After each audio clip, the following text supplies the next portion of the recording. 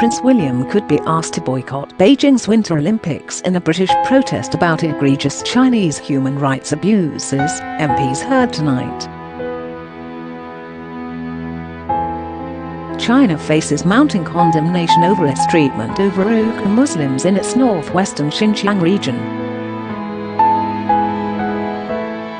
Conservative MP Alicia Kearns said skipping the Olympics would send a strong signal that we will not take part in activities which essentially are a platform for a country that is committing appalling human rights atrocities. Foreign Secretary Dominic Raab refused to rule out snubbing the event as the clock counts down to the 2022 showpiece. Giving evidence to the Commons Foreign Affairs Committee, Mr Raab, a former human rights lawyer, said, "Generally speaking, my instinct is to separate sport from diplomacy and politics, but there comes a point where that may not be possible."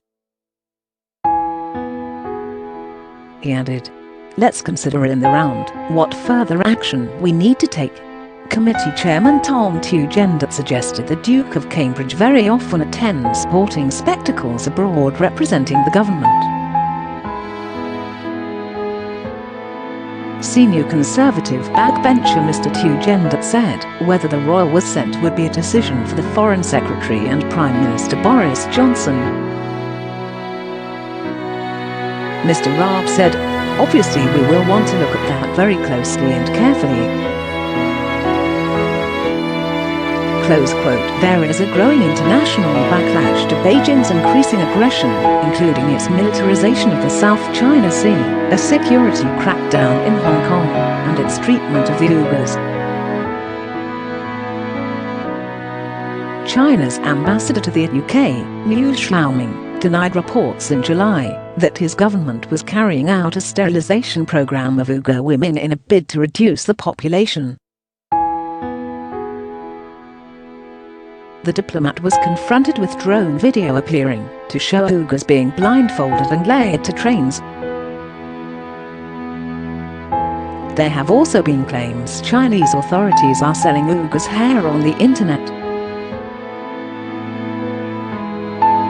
There are egregious human rights abuses, Mr Raab said tonight. Put it this way, in the UK, our concern can only be growing about the reports of what's happening in Xinjiang. We would want to work very closely with our international partners to give the most powerful message. Just 5 years ago, then Prime Minister David Cameron hailed a golden era of UK-Chinese relations.